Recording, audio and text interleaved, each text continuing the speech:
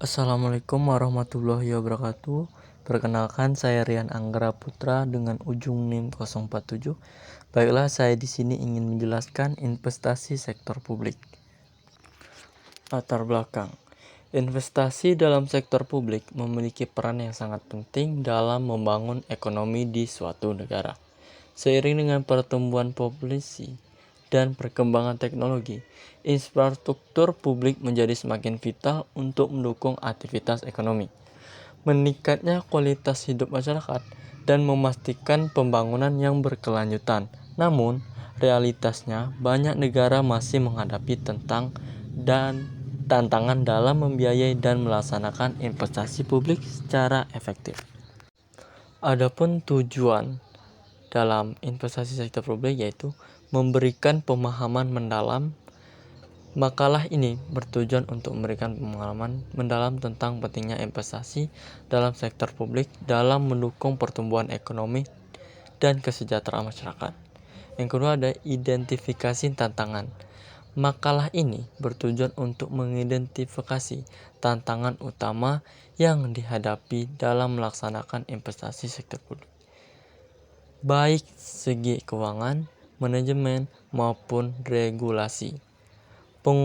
Yang ketiga adalah mengusulkan strategi. Untuk mengusulkan strategi yang dapat diterapkan untuk meningkatkan efektivitas dan efisiensi aktivitas sektor publik termasuk dalam hal pengelolaan anggaran, mitigasi risiko, dan pemanfaatan mitrasi publik swasta. Yang terakhir yaitu menganalisis dampak. Menganalisis dampak investasi sektor publik terhadap pertumbuhan ekonomi, menciptakan lapangan pekerjaan, dan kesejahteraan masyarakat secara keseluruhan. Okelah, kita masuk ke dalam pembahasan. Program investasi publik.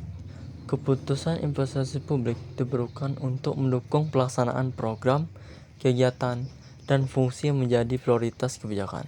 Pengelolaan untuk investasi publik harus mendapatkan perhatian yang lebih besar dibandingkan dengan pengeluaran rutin. Karena pengelolaan investasi atau modal memiliki efek jangka panjang, sedangkan pengelolaan rutin lebih berdampak jangka pendek. Investasi publik memiliki kaitan yang erat dalam penganggaran modal atau investasi.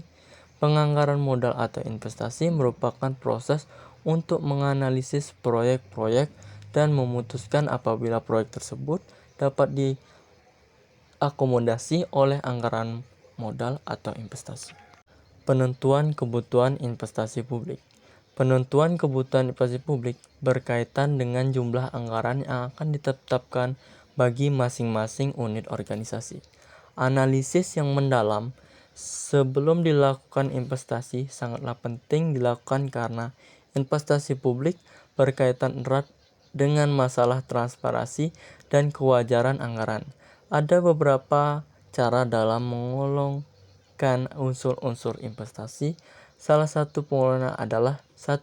Investasi penggantian. Pengeluaran investasi untuk penggantian barang modal mengikuti pola umur manfaat barang modal. Bila umur ekonomi barang modal telah habis, maka perlu pembelian barang modal baru untuk menggantinya. Umur ekonomi berkaitan dengan perkiraan waktu efektif di suatu barang modal dapat memberikan manfaat. Sedangkan umur teknis terhadap dengan kemampuan barang modal dalam memberikan manfaat hingga tidak mampu lagi memberikan manfaat. Investasi penambahan kapasitas. Investasi penambahan barang modal perlu dilakukan bila terjadinya tuntunan peningkatan cakupan pelayanan. Jumlah penambahan barang modal ditentukan oleh produktivitas barang modal yang ada saat ini. Produktivitas barang modal diukur berdasarkan rasio antara input dengan output yang dihasilkan. Jika suatu barang modal sudah kurang, tidak efisien lagi, sementara terjadi kenaikan cakupan pelayanan harus dilakukan pemerintah, maka pemerintah harus mempertimbangkan untuk melakukan investasi penambahan kapasitas. Aspek kelayaan investasi.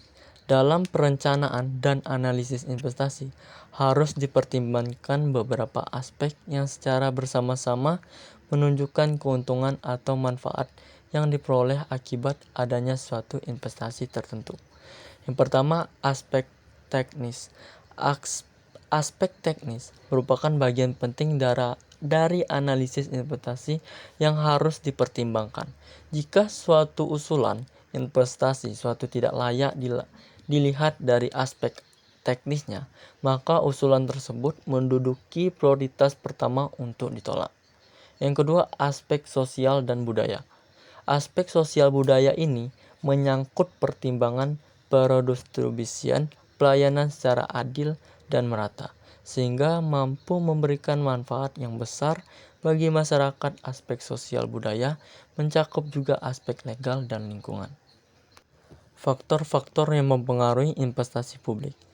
Tingkat diskonto merepresentasikan tingkat keuntungan atau rate of return yang diperoleh oleh suatu proyek dengan tingkat risiko tertentu. Jika suatu proyek tidak memberikan keuntungan yang disyaratkan atau required rate of return, maka proyek tersebut harus ditolak. Penghitungan tingkat risiko merupakan bagian yang cukup dan kompleks dalam analisis investasi. Pada sektor swasta, terdapat dua sumber pendanaan, yaitu pembiayaan modal atau equity finance dan pembiayaan utang atau debt finance. Biaya modal total dapat dinyatakan dalam bentuk biaya modal rata-rata pertimbangan dengan minus. Yang pertama, adanya inflasi. Penilaian investasi harus memperhitungkan perkiraan tingkat inflasi. Semakin tinggi tingkat inflasi, semakin rendahnya real keuntungan di masa depan yang diharapkan, sehingga semakin tinggi tingkat keuntungan yang disyaratkan, inflasi akan tinggi menyebabkan rate of return semakin tinggi. Yang kedua, adanya risiko dan ketidakpastian. Akan semakin tinggi risiko investasi naik, ketidakpastian ekonomi dan hukum, kekacauan sosial politik, tidak adanya jaminan keamanan, dan biaya yang tidak konsisten dalam meningkatkan risiko investasi. Faktor-faktor tersebut menyumbang risiko investasi di suatu negara, yang jika suatu saat sangat parah dapat mengarah pada kategori default or country. Terjaminnya investasi keamanan, penegakan hukum dan demokrasi, terjaminnya property right dan counter right dapat menurunkan tingkat risiko investasi. Teknik dasar penilaian investasi publik. Pada dasarnya, prinsip penilaian investasi sangatlah sederhana. Terdapat 4 langkah utama untuk mengevaluasi suatu proyek investasi, yaitu yang pertama, identifikasi kebutuhan investasi yang mungkin dilakukan organisasi sektor publik. Seringkali dihadapi pada banyak alternatif investasi untuk mencapai tujuan organisasinya. Oleh karena itu, perlu diidentifikasi alternatif-alternatif yang memungkinkan untuk dianalisis lebih lanjut.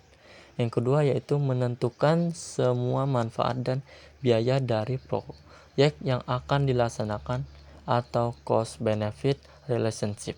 Perhitungan manfaat dan biaya harus pula memasukkan analisis manfaat dan biaya sosial yang ditimbulkan dari investasi publik yang akan dilakukan pada organisasi sektor publik. Biaya dan manfaat seringkali tidak dapat secara langsung diukur pada satuan keuangan, sehingga teknik-teknik analisis biaya manfaat sangatlah cocok untuk diterapkan.